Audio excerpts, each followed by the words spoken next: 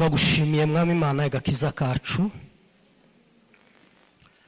ugira neza data, urakomeye, uri Imana y'igitangaza, waje mu isi ukora ibitangaza, waje kugira ngo tubeho, waje kugira ngo twakire ubuzima bwawe. Ngwino ubane natwe mu ijambo ryawe Mana, ngwino uvugane n'imitima ya buri wese mu ijambo ryawe Yesu. Tubone ukuboko kwawe, tubone intsinzi, tubone imbaraga zawe zikomeye, tugirirwe imbabazi nawe, twuzure imbaraga z'umwuka wera w'Imana. Imitima yacu ihumeke, imitima yacu ikumve, imitima yacu ihumeke umwuka wawe wera. Twuzuzwe nawe, uduhe ibyo tubwira baganditse imbere yacu Mana, kugira ngo imitima yabo ikire, imitima yabo isubizwemo intege, imitima yabo isubizwemo imbaraga. Tubone ukuboko kwawe gukomeye, tubone imirimo yawe itangaje, tubone imirimo yawe irengeye uko ubwenge bwacu bwatekereza, tubone kugira neza kwawe guhebuje. Uzugandike hagati muri twe Mana, muri iyi nzu twicayemo, tubone ubwiza bwawe, tubone imirimo ikomeye intoke zawe, tubone agakiza k'Imana, tubone urukundo rw'Imana.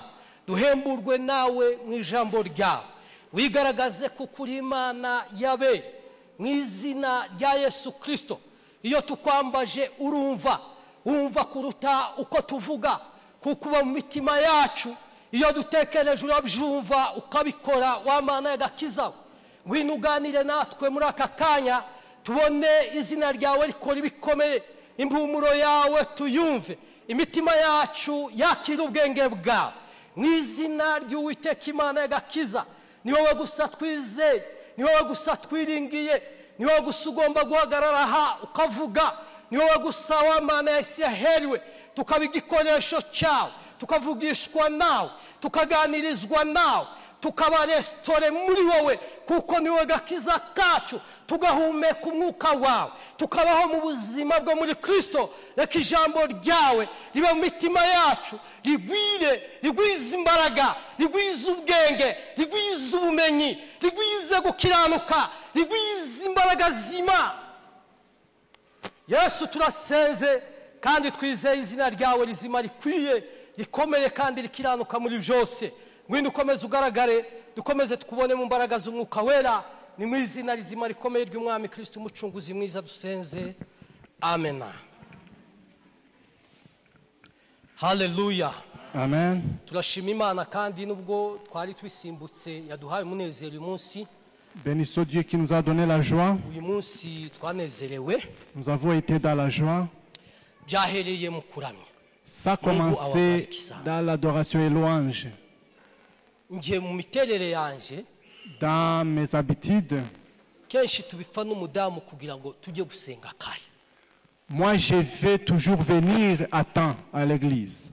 Kuko iyo ngeze mu rusengero nje kare, Lorsque j'y arrive à temps kumva indirimbo zo kuramya no guhimbaza, et que j'écoute les chansons de louange et je ni mu adoration, materaniro yanje yose. c'est là où je trouve la joie.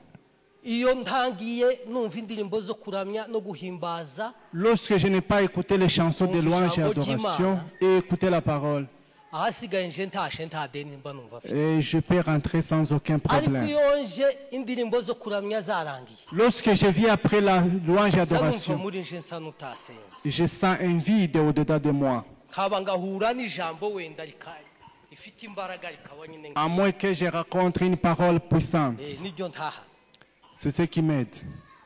Ariko ibindi byose mu materaniro kuki Mais toute autre chose, bihera mu kuramya no guhimbaza. ça commence dans les louanges et adoration. Nta handi umunezero wose wa Dawudi wari ukubiye, La joie de David wari ukubiye mu baririmbyi gusa, était au niveau des chants, indirimbo gusa zo kuramya Imana. les chansons seulement.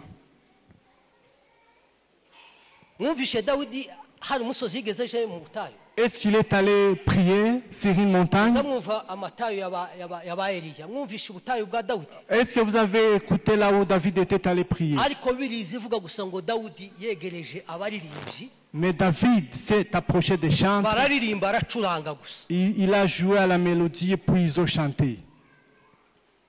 ariko kandi umunezero wacu c'est aussi notre joie twagize que nous avons eu.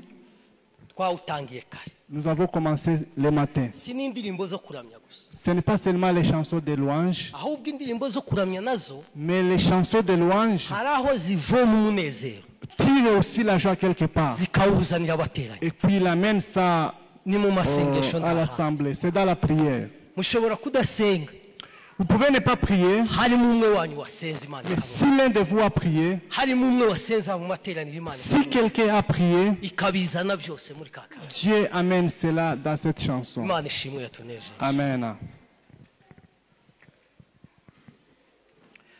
Reka tuje mu ijambo ry'Imana, Entrons dans la parole. dusome mu gitabo cy'Abafilipi Philippiens, ibice bibiri chapitre 2, umurongo wa 5. verset 5.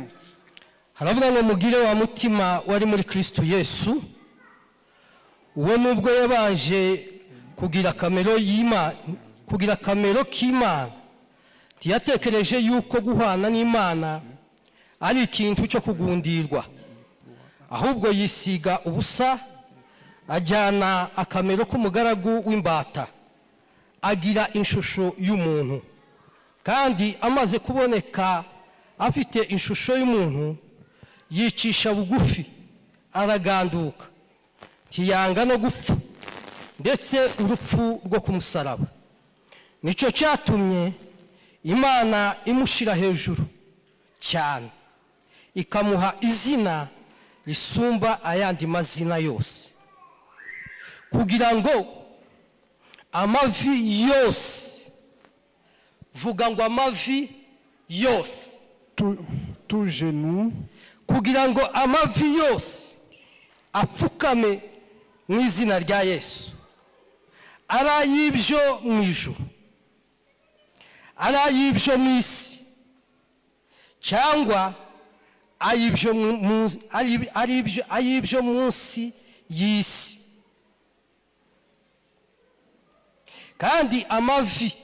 Kandi indimi zose zihamye ko Yesu Kristo ari Uwiteka, ngo Imana Data wa twese ihimbazwe.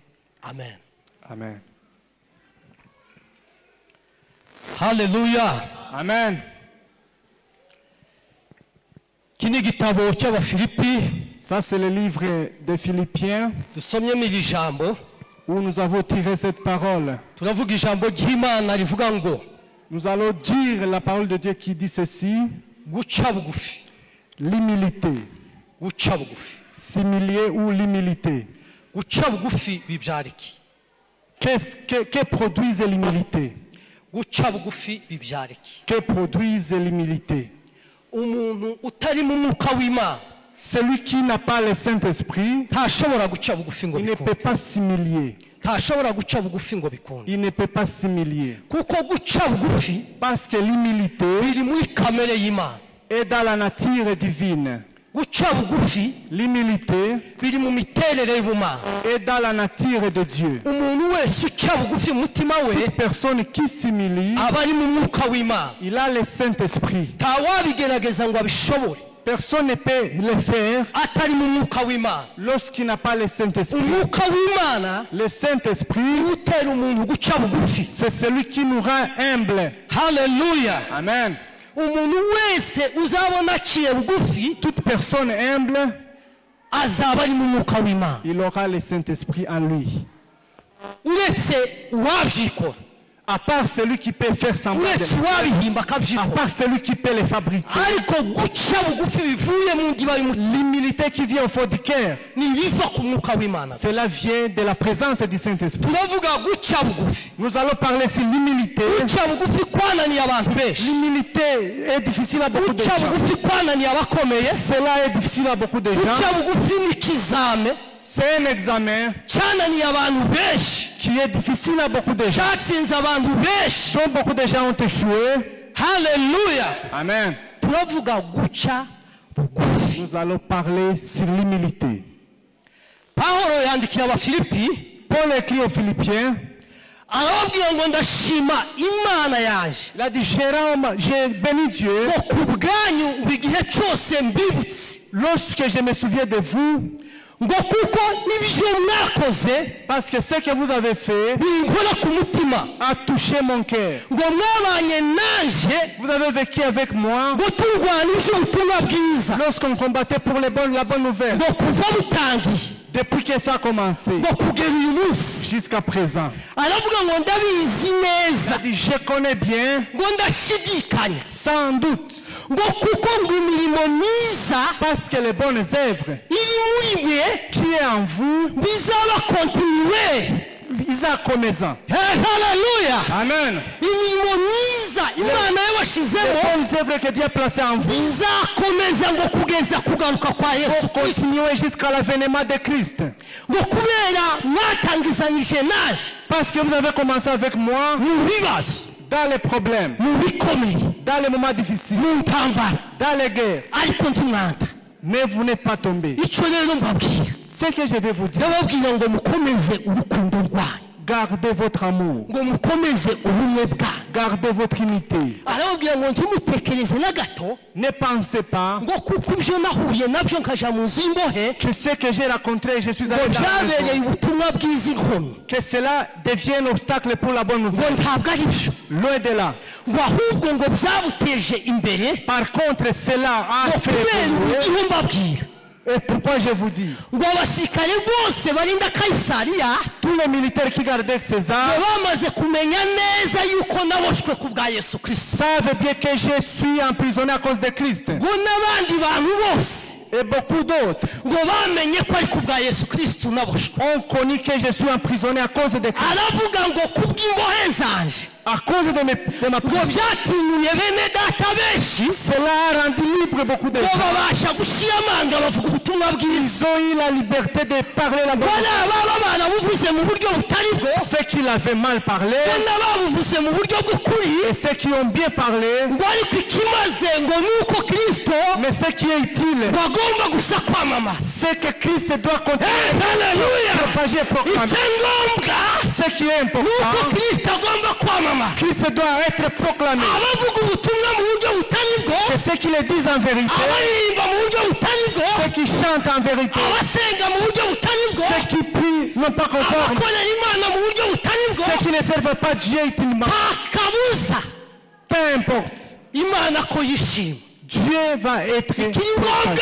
Ce qui est utile, Nicyo bariho bakora, c'est ce qu'ils font. babikora mu buryo butari bwo Qu'ils le fassent cyangwa mu différemment buryo nyabwo. ou utilement. Icyangombwa ni uko Imana Ce yamamaza. qui est important, Dieu sera proclamé. Icyangombwa ni uko Kristo yamamaza. Ce qui est important, c'est que Christ soit proclamé. Pawulo yagiraga ubwenge bwinshi, Paul était intelligent. yakaza avuga ibintu byiza.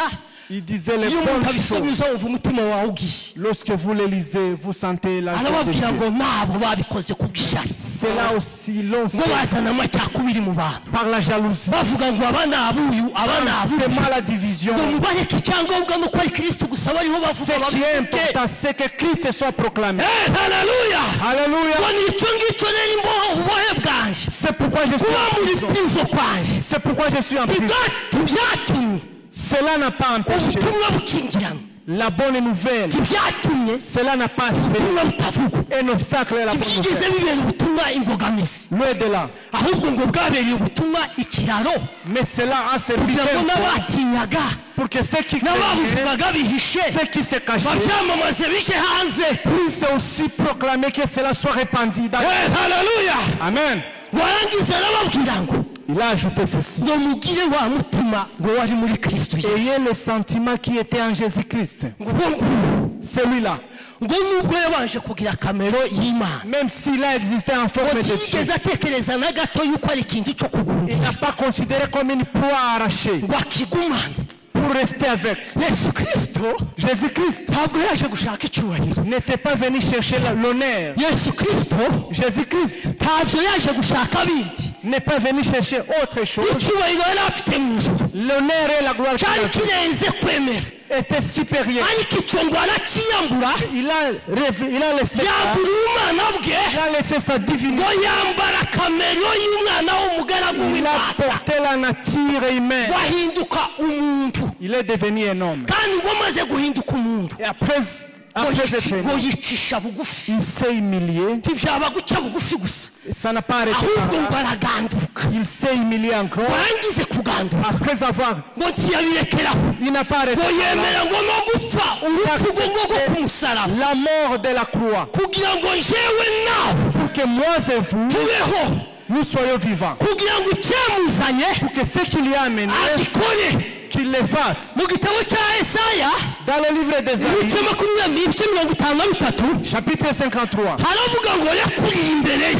il a été élevé devant comme une petite chose, comme les morceaux de bois. Il n'avait pas la beauté, une bonne image. En français, on dit que c'est la beauté. La beauté, ce n'est pas...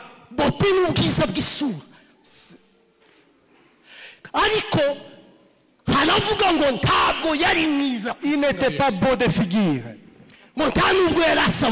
Il n'était pas agréable. Il n'avait pas la faveur.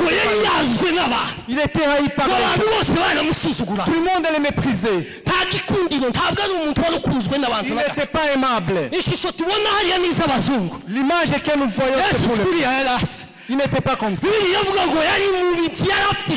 Il n'avait pas une image souhaitable. Il était habitué aux souffrances. Il était là où les gens ne l'aimaient pas.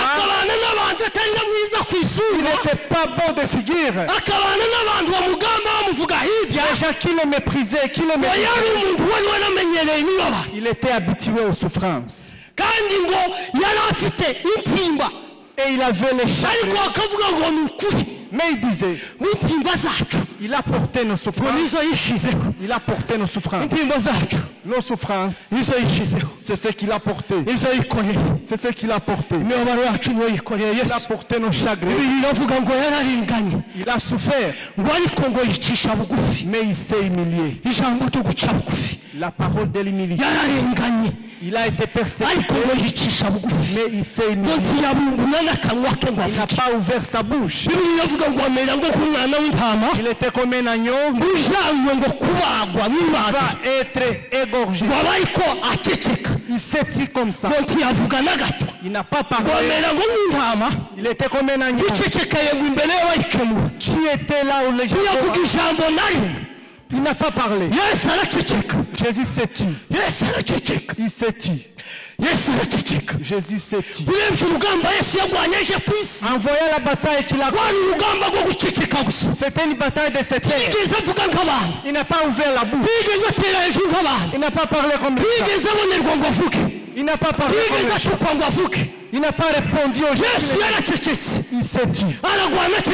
Il a combattu. Il était à la croix. Il a été crucifié. Il nous a en ses pesants. Sans parler. À cause de la foi. Parce qu'il entendait. C'est ça la façon de combattre. Il s'est tu. Il s'est tu. Bazavuga mu gifaransa ngo les imbéciles ngo repoa à science ngo abasukwa. On répond les imbéciles par le silence. Il faut les répondre. Jésus savait que leur niveau n'était pas les mêmes. N'était pas les mêmes. Paul écrit aux Philippiens. Ayez les sentiments qui étaient en Jésus-Christ. L'humilité. Paul connaissait les secrets. Paul, il était quelqu'un de puissant. S'il fallait se glorifier naturellement, personne ne peut m'égaler. Personne ne peut m'égaler.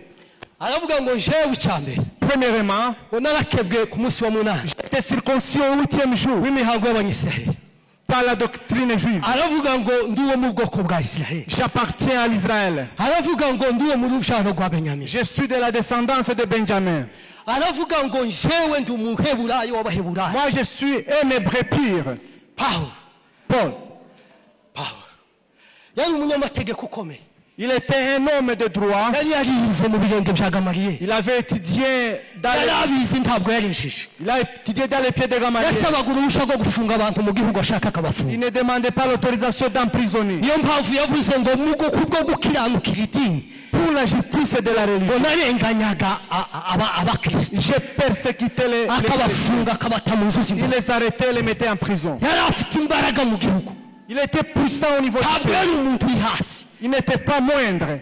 ariko umunsi yahuye na Yesu Kristo. Lorsqu'il a rencontré Christ en allant à Damascus, hasi ngo ahinduka haleluya Alléluia. amukubita hasi umucyo uramumurikira. Il était éclairé par la lumière. uviduramo ubuyuda bwose. Il a enlevé la juive. uviduramo ubudokiteri bwose. Il a enlevé tout ce qu'il avait comme religion. Il a été éclairé. Et l'obscurité a fui. Il a été éclairé. Les yeux naturels étaient fermés. Il a été éclairé. Les yeux de son cœur étaient fermés. Il a dit pas. Va chez Ananias. Qu'il puisse t'imposer les mains. Il a prié pour lui. Il était devenu pas seulement les chair et le sang. Il y a la vie spirituelle. Il était rempli par les paroles. Il disait en deux. Ce que je vous dis, ce n'est pas charnel. C'est le Saint-Esprit qui m'a révélé. Il a dit, ayez les sentiments qui étaient en Jésus. Qu'est-ce qu'il y a? Il était venu faire quoi? Est-ce qu'il était venu jouer? Est-ce qu'il était dans cette Est-ce qu'il est venu faire la campagne? Est-ce que vous avez vu son numéro? Est-ce que vous avez vu son numéro? Est-ce que vous avez vu une boutique de Jésus? Est-ce qu'il a touché de l'argent? Est-ce qu'il avait des maisons? Est-ce qu'il avait des véhicules? Il n'avait même pas un vélo. Mais Jésus, Alléluia, ce qu'il lui a amené, c'est ce qu'il était venu faire.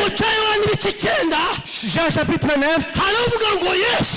la Bible dit, lorsqu'il a rencontré la terre, il n'avait pas des yeux. Il a dit Jésus, celui-là, est-ce que c'est son péché ou le péché de ses parents qui lui a rendu comme ça? Il a dit ceci, il est le moment où je dois faire l'œuvre de celui qui m'a envoyé qui le joue. Alléluia. Le moment vient. Le moment vient. Écoutez maintenant.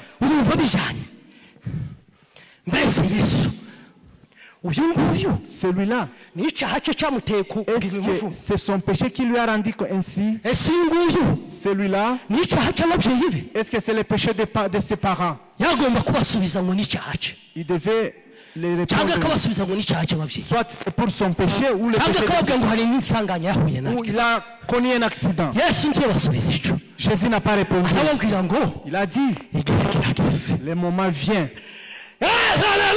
Alléluia. Le moment vient. Le moment vient. Les réponses de Jésus. Lorsqu'il y répond, il y répond différemment de pensées humaines.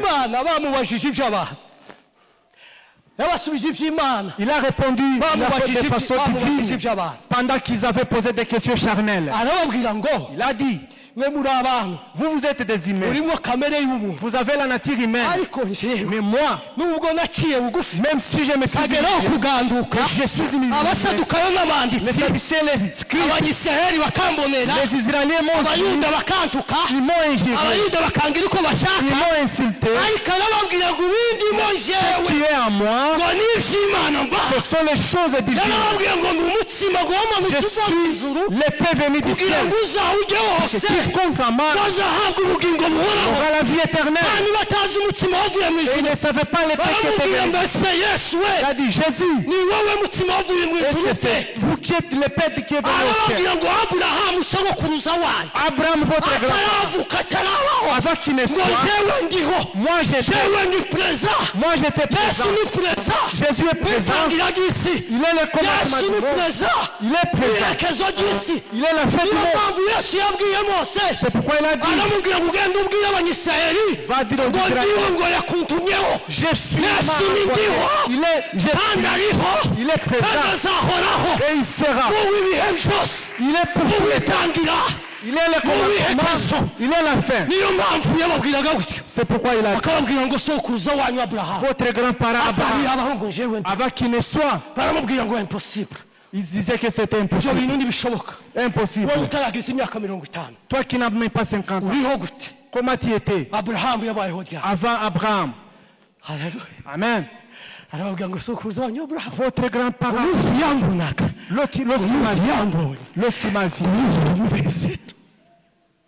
umunsi yambonye ibyishimo il était rempli de umunsi sokuruza wanyu aburahamu lorsque votre grand-parent ese m'a vu. yakubonye ryari Quand est-ce qu'il vous a vu? yakubonye ryari Quand est-ce qu'il vous a vu?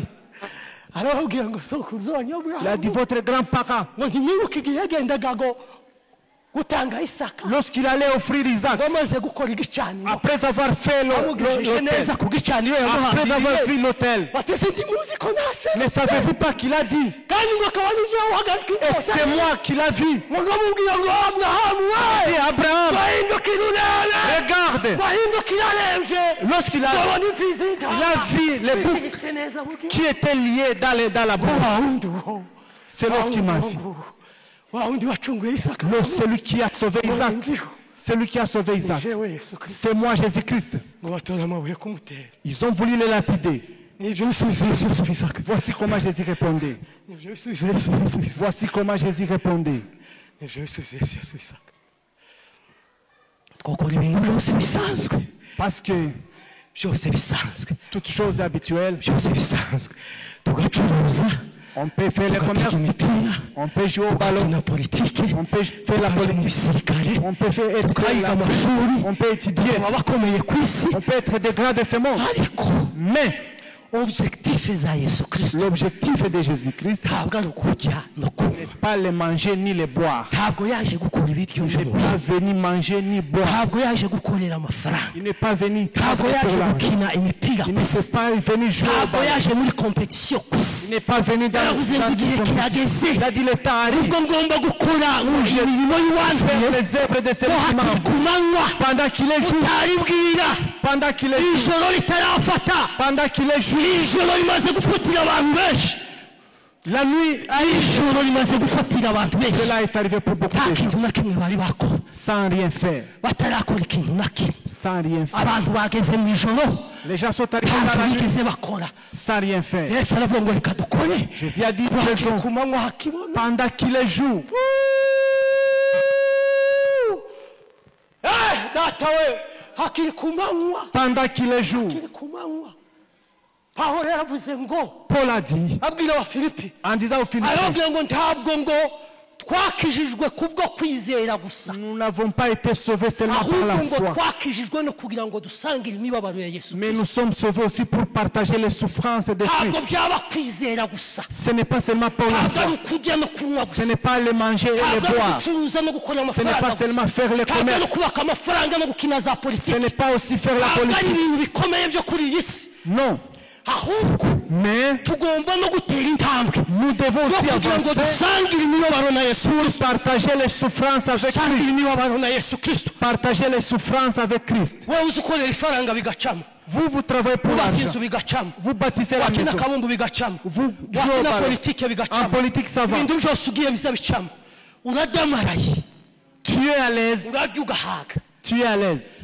nta mibabaro ugira Tu n'as pas de nta souffrance. bigeragezo ugira Tu n'as pas de tentation. abantu baza basengera ibigeragezo ngo bishire Les gens prient pour que les ariko kubwiza tentations. ukuri kw'Imana Mais je vais te hari dire, abandi bantu il y a d'autres bataza basenga ngo ibigeragezo bishire qui ne prient pas pour que les tentations hari abandi finissent. bantu baza bavuga ngo Il y a d'autres qui iyi disent mibabaro ngwize que les souffrances ndetse viennent, ngube myinshi que ça se joue kugira ngo ngire participation pour que je mu participe mibabaro ya Yesu Kristo dans les souffrances de kugira ngo Christ, sangire na Yesu Kristo pour que j'en partage imibabaro nayo ces souffrances. ugomba gusangira umwuka Vous devez partager ugasangira l'esprit n'imibabaro et aussi les kandi souffrances. ngo icyo nicyo kirato cyacu Et c'est ça notre. pawulo ibyo nababwiye uko yari akomeye C'est ce que Paul ntiyigeze disait. yirata na kimwe Il ne s'est pas yavuze vanté. gusa ngo Il a dit, icyo nirata si je me ni vante, umusaraba wa Yesu je me Kristo vante à cause de la croix de umusaraba wa Christ. Yesu Kristo La croix de Christ. umusaraba wa Yesu Kristo La croix de Christ. umusaraba wa Yesu Kristo La croix de Christ.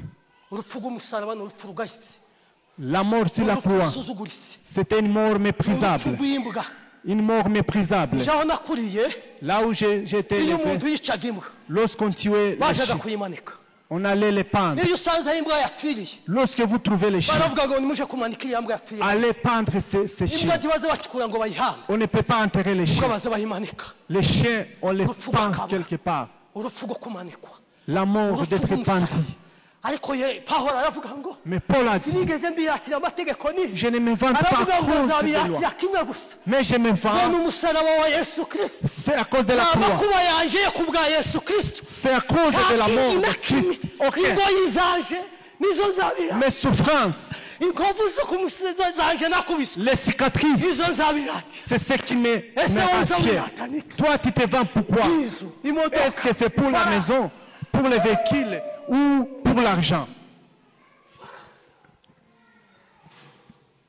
nizo wiratana wowe abandi biratana imibabaro D'autres se vantent à cause des souffrances. biratana imibabaro ikirato cya pawulo wari umusaraba gusa C'était seulement à cause de la croix de wari Christ. umusaraba gusa no mu À cause de la croix de Christ. akavuga ngo izasigaye kuri Kristo Il disait ce qui est resté à Christ, ngo nizo basorejeho c'est ce qu'on a fini sur moi. Et c'est ce qui me rend fier. mubwire wa mutima wari Ayez les sentiments qui étaient en Kristo Jésus-Christ. Yesu abandi muyacaye mushamburiya ngo ibiheko ngo bandoze ngo bahambye aha ngo bashize aha D'autres, vous êtes ngo en train de byagenze chercher naraye ndasinziriye ngo narosize inzozi ngo les byagenze fétiches de Satan. ngo byasubiye ibya guhamagara amatelefone amafaranga akamushiraho Vous appelez, vous envoyez même de l'argent pour qu'on prie ariko pour vous. abandi bageze iyo baje Mais d'autres sont arrivés. nabavuga ngo nibize D'autres disent que ça arrive, ngize kabiri nsinzira que ça arrive. ngize gatatu nsinzira ngize kane nsinzira icyumweru ukwezi kurashize nsinzira Ça fait un mois, une semaine. uzi ujya kuri Yesu kubaza byagenze gute Yesu byagenze gute no Il faut poser la question. Qu'est-ce qui est arrivé? byagenze gute ko nasinzira Qu'est-ce qui est arrivé? Comme j'ai ejo ko sommeillé. nasinziriye byagenze bite Comme j'ai sommeillé, qu'est-ce qui est arrivé? kuko nicyo kirato C'est ça notre façon de nous nicyo vendre. kirato tuzavuga ejo nicyo kirato C'est tuzira ça notre fierté de demain. ni imibabaro yacu Nos souffrances. tubabazwa tutibye tubabazwa ni bande basahuye hano hari abantu bari basahuye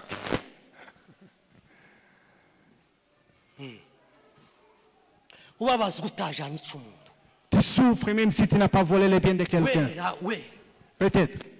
nta maboko yawe yakoze igihumanya nta muntu winjiriye nta muntu Si tu n'as pas brisé la maison de nta quelqu'un, mwana wundi watutse tu n'as pas injurié l'enfant de quelqu'un, amaze bikaza et que ça arrive, nicyo kirato cyacu c'est ça votre fierté. uvuga ngo iyo bije Lorsque ça arrive, mpigirwa ndahigirwa yuko on me pourchasse mfite wa mutima parce wari muri que Kristo j'ai les sentiments noneho rero qui nzaza. étaient en Jésus-Christ. haleluya Amen. kavuga ngo mbonye icyo nsengera Yesu kavuga ngo mbonye icyo nirata Je Yesu trouve pourquoi je kavuga vais, ngo iri joro sinsinzira ariko ejo ku manywa mais demain nzira matin, akanyamuneza ko je gutekereza serai imibabaro dans la joie yo ku bwa Kristo parce que imibabaro yacu yo ku bwa Kristo je souffre à cause de Christ. imibabaro yacu yo ku bwa Kristo abandi bararya d'autres mangent, abandi bararyama d'autres dorment, abandi baranywa d'autres buvent. bagasinzira nta Ils kubura dorment. igitotsi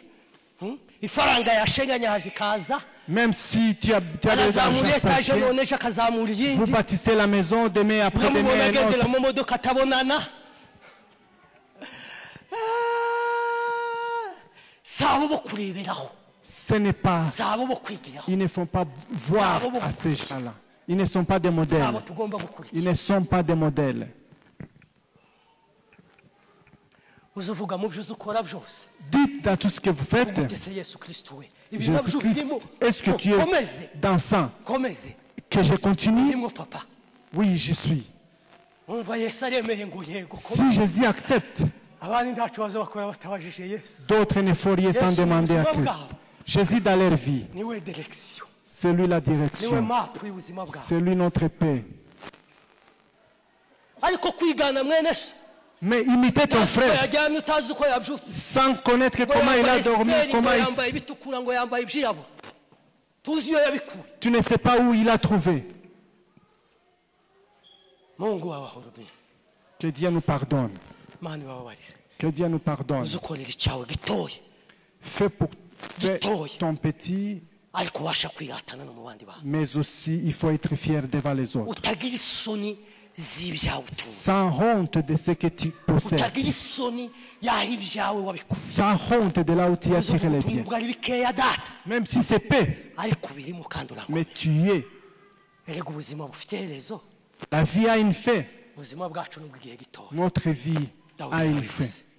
David en a ubuzima dit. bwacu nubwo igihe gito cyane Notre vie a une mpamvu fin. tugomba kuba maso C'est pourquoi nous devons être kandi vigilants. siritu muri iki gihe turimo Et surtout dans ce moment, iki gihe ubwo muhamubona intambara n'ibibazo biri bituzenguruka mu là où il y a les guerres et les igihe cyo problèmes gukomera tukegera qui imana nous entourent, tukava mu byo kwinezeza nous devons être éveillés. dufite umunsi wacu tuzanezerwa mu ijuru Nous avons notre joie au ciel. mungu awabariki Que Dieu vous bénisse. mungu akuhini Que Dieu vous bénisse. mungu akuhiniwe nawe we pe Que Dieu vous bénisse. imana nawe kwibuke Que Dieu te souvienne. imana nawe guhembura Que Dieu te garde. imana nawe kuzuze Que Dieu te garde. imana nawe kugire nk'abandi Que Dieu te fasse comme les autres. imana nawe kubake mu bivuye mu Que byo Dieu te wasigaye bâtisse comme il a fait aux imana autres. iguhe ibyo abandi batunze Que Dieu utabikuye te mu donne ce byo que les autres possèdent. imana ikugirire neza mu izina rya yesu Que Dieu te fasse le bien. ubarikiwe ubarikiwe ubarikiwe Soyez bénis. ubarikiwe ubarikiwe Soyez ubarikiwe bénis. Soyez bénis. Amen.